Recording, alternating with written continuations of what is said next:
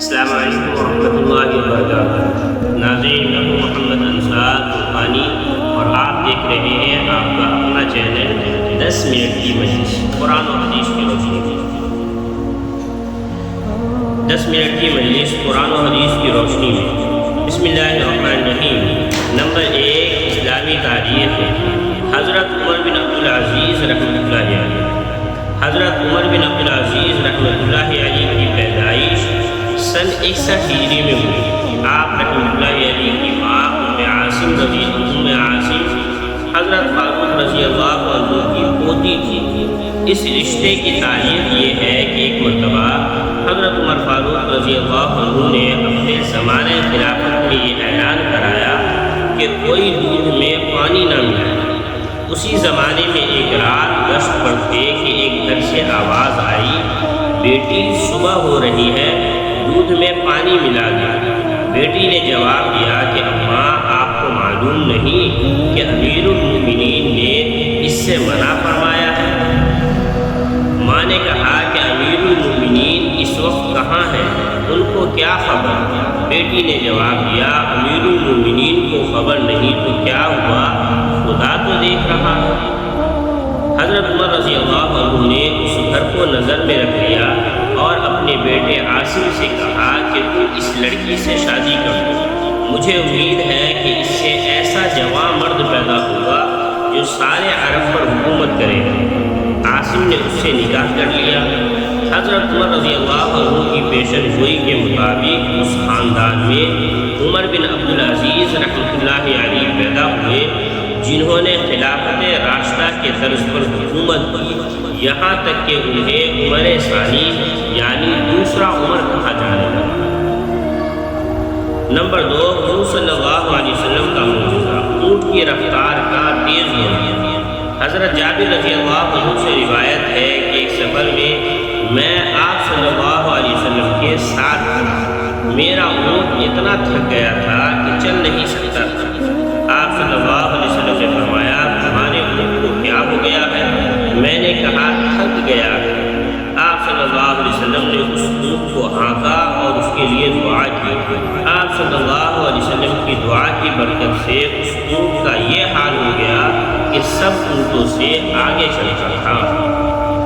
Number 3، ایک فرض کے بارے میں، قضا نمازوں کی ادائیگی۔ رسول اللہ صلی اللہ علیہ وسلم نے فرمایا، جو کوئی نماز پڑھنا بھول گیا یا نماز کے وقت سوتا رہ گیا تو اس کا کفارہ یہ ہے کہ جب یاد آئے اسی وقت پڑھے۔ یعنی اگر کسی شخص کی نماز کسی عذر کی وجہ سے چھوٹ جائے یا سونے کی حالت میں نماز کا وقت گزر جائے تو بعد میں اس کو پڑھنا فرض ہے۔ نمبر 4، اس سنت کے بارے میں، زمزم پینے کی دعا۔ حضرت ابن عباس رضی اللہ عنہ جب زمزم پیتے تو یہ دعا پڑھتے، اللہم انی اسألک علما نافعا ورزقا واسعا وشفاء من کل داء، یعنی اے اللہ میں تجھ سے نفع بخش علم، کشادہ روزی اور ہر بیماری سے شفا کا سوال کرتا ہوں۔ نمبر 5، ایک اہم عمل کی فضیلت، علم سیکھنے کی حالت میں موت آنا۔ رسول اللہ صلی اللہ علیہ وسلم نے فرمایا، اسلام کو زندہ رکھنے کی غرض سے علم حاصل کرنے کے دوران جس کو موت آ جائے تو جنت میں اس کے اور نبیوں کے درمیان صرف ایک درجے کا فرق ہوگا۔ نمبر 6، ایک گناہ کے بارے میں، یتیموں کا مال مت کھاؤ۔ قرآن میں اللہ تعالیٰ فرماتا ہے، یتیموں کے مال ان کو دیتے رہا کرو اور پاک مال کو ناپاک مال سے نہ بدلو، اور ان کا مال اپنے مالوں کے ساتھ ملا کر مت کھاؤ، یقیناً ایسا کرنا بہت بڑا گناہ ہے۔ نمبر 7، دنیا کے بارے میں، دنیا چاہنے والوں کے لیے نقصان ہے۔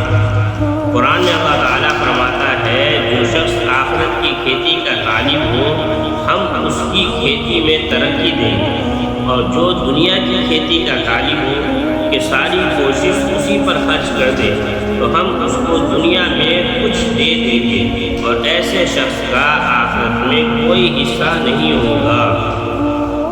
نمبر 8، آخرت کے بارے میں، زیادہ عمل کی تمنا۔ رسول اللہ صلی اللہ علیہ وسلم نے فرمایا اگر کوئی بندہ پیدائش کے دن سے موت آنے تک اللہ کی اطاعت میں چہرے کے بل گرا پڑا رہے تو وہ بھی قیامت کے دن اپنے سارے عمل کو حقیر سمجھے گا اور یہ تمنا کرے گا کہ اس کو دنیا کی طرف واپس کر دیا جائے تاکہ اور زیادہ نیک عمل کرے۔